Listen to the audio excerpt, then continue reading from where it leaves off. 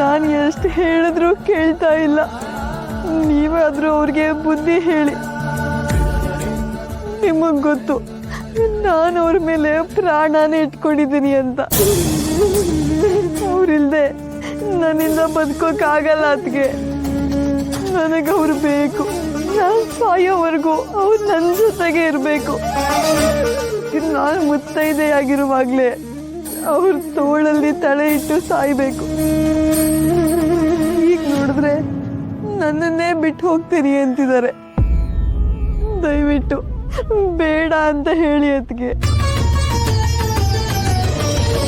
ಅಕ್ಕ, ಕಮಲಕ್ಕ, ನಿಮ್ ಕಂಡ್ರೆ ಅವ್ರು ತುಂಬಾ ಗೌರವ. ಅವರು ನನ್ನ ಅತ್ತಿಗೆ ಅಲ್ಲ, ತಾಯಿ ಅಂತ ಹೇಳ್ತಿರ್ತಾರೆ. ನನ್ನನ್ನ ಮಗನಿಗಿಂತ ಹೆಚ್ಚಾಗಿ ಸಾಕಿದ್ದಾರೆ ಅಂತ ಯಾವಾಗ್ಲೂ ಹೇಳ್ತಿರ್ತಾರೆ.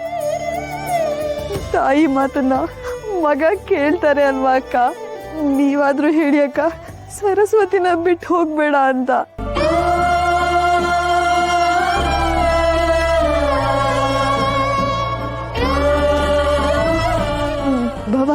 ಬಾಬಾ, ನಿಮ್ಮ ಮಾತನ್ನ ಅವ್ರು ಯಾವತ್ತೂ ಮೀರಿಲ್ಲ.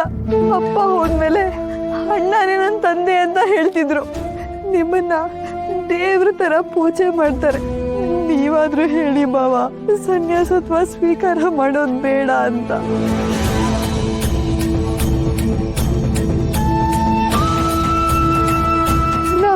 ಅಣ್ಣ, ನೀವು ಎಲ್ಲರಿಗಿಂತಲೂ ಹಿರಿಯರು. ಎಲ್ಲರೂ ನಿಮಗೆ ಗೌರವ ಕೊಡ್ತಾರೆ. ಮೇಲಾಗಿ ನೀವು ಅವ್ರ ಗುರುಗಳು. ಅವ್ರು ಇವತ್ತು ಏನೇ ಆಗಿದ್ರು ಅದಕ್ಕೆಲ್ಲ ನೀವೇ ಕಾರಣ.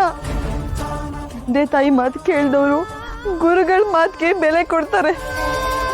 ಗುರುಗಳು ಹೇಳಿದ್ರು ಅಂತ ಏಕಲವ್ಯ ತನ್ನ ಹೆಬ್ಬೆರಳನ್ನೇ ಕತ್ತರಿಸ್ಕೊಟ್ಟ.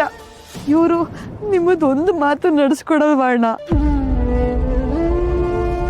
ದಯವಿಟ್ಟು ನೀವಾದ್ರೂ ಹೇಳಿ, ಸರಸ್ವತಿನ ಬಿಟ್ಟು ಹೋಗ್ಬೇಡ ಅಂತ.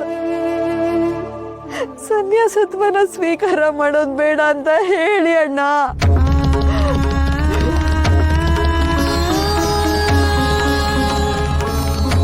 ಹೇಳೋದಕ್ಕೆ ಏನು ಉಳಿದಿಲ್ಲ ಮಗಳೇ. ಪರಮಾಂಸ ಪೀಠಾಧಿಪತಿಯಾಗಿ ದೀಕ್ಷಾ ಕಾರ್ಯ ಮುಗ್ದೋಯ್ತು. ನಿಮ್ಮಿಬ್ಬರು ಋಣ ಇದ್ದಿದ್ದೇ ಇಷ್ಟು ತಾಯಿ. ಎಲ್ಲವೂ ದೈವ ಸಂಕಲ್ಪ ಅಂತ ತಿಳ್ಕೊಂಡು ಮನಸ್ಸನ್ನ ಗಟ್ಟಿ ಮಾಡ್ಕೊಳಮ್ಮ ಸರಸ್ವತಿ. ಸರಸ್ವತಿ, ಮನೇಲಿ ಮಗ ಒಂದೇ ಸಮನೆ ಅಮ್ಮ ಅಮ್ಮ ಅಂತ ಅಳ್ತಾ ಇದ್ದಾನೆ.